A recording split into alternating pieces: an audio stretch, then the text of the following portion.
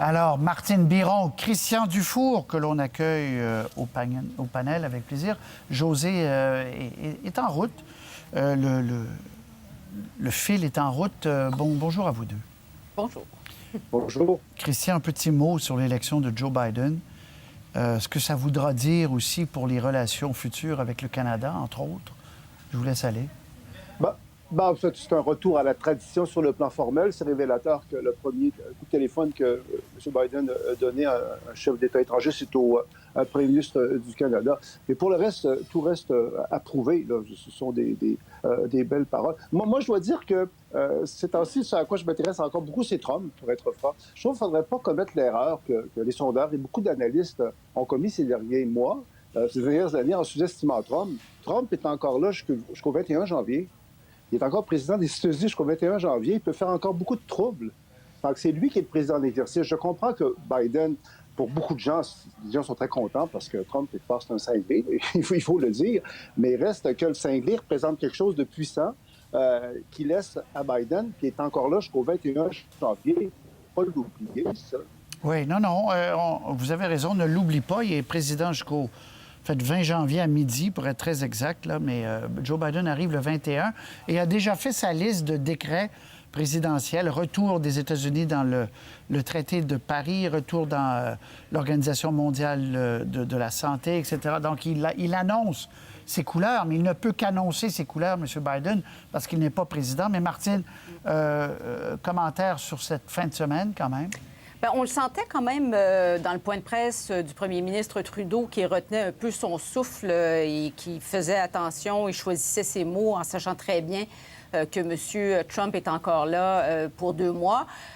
Pour ce qui est de l'arrivée de M. Biden, évidemment, au gouvernement du Québec, on le sent aussi à Ottawa, puis aussi chez les entrepreneurs, sur les organisations qui représentent les entreprises, on pousse un certain soupir de soulagement.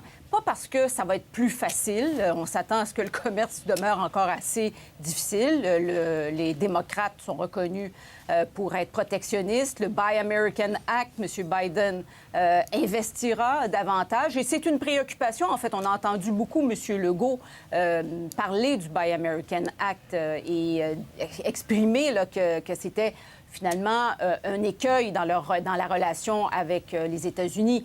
Mais le ton sera plus léger. La diplomatie reprend ses droits. L'insulte, on va passer à un autre chapitre. Plus prévisible. C'est plus de prévisibilité. Puis aussi la possibilité pour autant les gouvernements que les entreprises d'avoir voix au chapitre. Hein. Les alumineries ici se sont fait imposer des tarifs important du jour au lendemain sans appel. Alors là, on va pouvoir respirer un peu. Très bien. Oui, Christian. Et si vous permettez, je trouve qu'avec M. Biden, dans un premier temps, évidemment, on va être tenté de revenir comme avant, sortir du cauchemar. Trump, retour à une certaine tradition. Mais est-ce que M. Biden va être capable de renouveler un peu la politique américaine dans un contexte fondamentalement différent? Et un point, moi, qui m'a quand même frappé aujourd'hui, si on suit au compte-rendu dans la presse du coup de téléphone là, entre M. Biden et M. Trudeau a dit qu'ils auraient parlé, entre autres choses, du racisme à l'égard des Noirs. Et moi, ça m'a beaucoup troublé, ça, parce que M. Trudeau n'a sûrement pas parlé de la situation des Noirs aux États-Unis.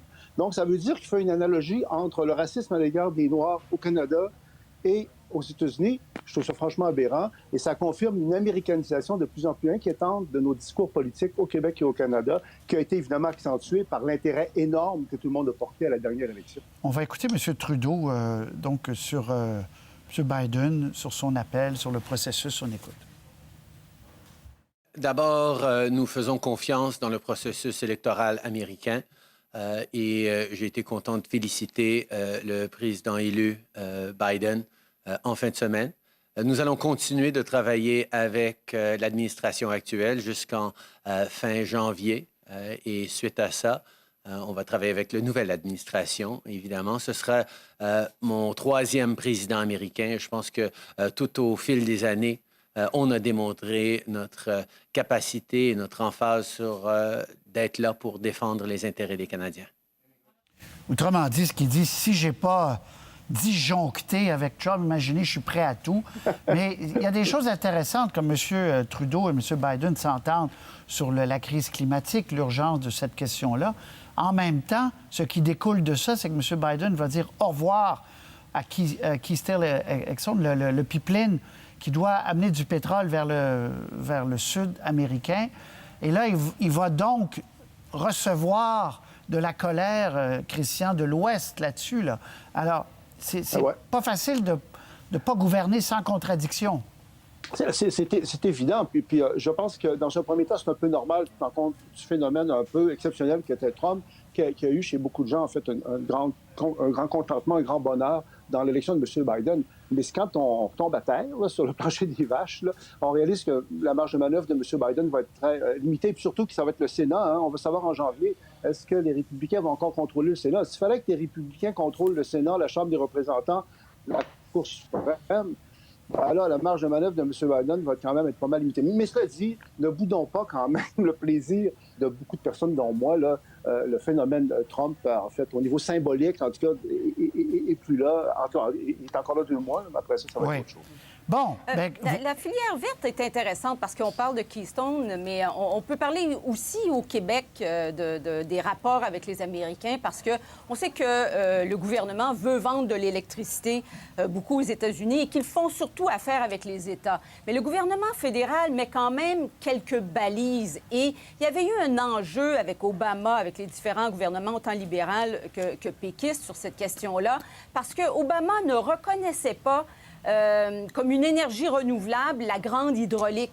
C'est-à-dire, la grande hydraulique, c'est l'électricité qui provient des grands barrages, comme la Romaine. Et ça avait été un gros enjeu pour le gouvernement Couillard, le gouvernement Marois, de faire accepter ça aux différents États. Évidemment, on ne parle plus tellement des balises environnementales aux États-Unis depuis 4 ans, mais là, ça pourrait revenir, ça, dans le discours américain. Très bien. Christian, vous avez dit qu'il ne faut pas bouder notre plaisir. L'autre sujet qui inspire cette remarque, c'est certainement l'avancée de Pfizer avec son vaccin qui pourrait être disponible en début d'année. Et Pfizer qui annonce des résultats de 90 % de succès. À voir, là, on met tous les bémols, mais quand même. Puis le docteur, le spécialiste à Québec nous disait, c'est une grosse journée quand même. C'est une grosse nouvelle. Christian, c'est ce qu'on attend là, depuis des mois et des mois. Et ça s'est fait de manière extrêmement rapide. Mais si jamais il y a un vaccin prometteur, ça vient de changer la donne fondamentalement. Là. Oui, et puis surtout que ça a l'air sérieux. Je pense qu'il faut prier. Hein?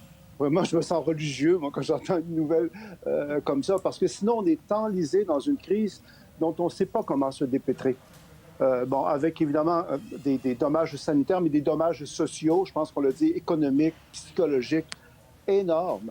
Donc, si on peut avoir le vaccin, mon Dieu, que ce serait merveilleux. Il ne faut pas trop rêver, mais je pense qu'il faut en parler parce que sinon, ça devient extrêmement anxiogène et déprimant. On l'a dit, on l'a redit, l'hiver arrive, les gens sont tannés, les gens sont déprimés, puis que si on se limite à juste commenter des statistiques qui nous viennent de la santé publique et du gouvernement, il faut le faire, là, mais il ne faut pas se limiter à ça, parce que sinon, on ne s'en sortira pas.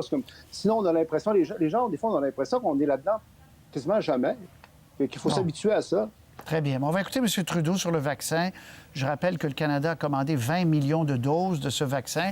Il y a d'autres candidats vaccins qui sont dans la course, qui vont arriver. On le souhaite le plus rapidement possible. On écoute le premier ministre. On s'attend à ce que ça arrive normalement dans les 3 premiers mois de 2021. Évidemment, on va commencer avec des populations prioritaires pour les vaccinations, mais on devrait en avoir de plus en plus au fil des mois, y compris avec d'autres potentiels candidats vaccins. Alors, Martine, évidemment, entre-temps, il faut continuer à gérer. Et d'ailleurs, c'est demain qu'arrivent à échéance les 2 semaines de réflexion annoncées par M. Legault si on va réduire un peu la pression dans les zones rouges pour les restaurants. À Montréal, c'est la demande de la santé publique. Je pense pas que les aiguilles vont bouger demain, Martine. Hein? Non, je pense pas. C'est difficile. C'est plus difficile, en fait, ce que le gouvernement aurait souhaité. Je pense que la phrase clé du point de presse du ministre Dubé aujourd'hui, c'était « ça risque d'empirer avant de s'améliorer ». On espérait pouvoir changer d'air un peu cette semaine, là. Il y a un mini-budget qui s'en vient jeudi. On va parler de relance économique.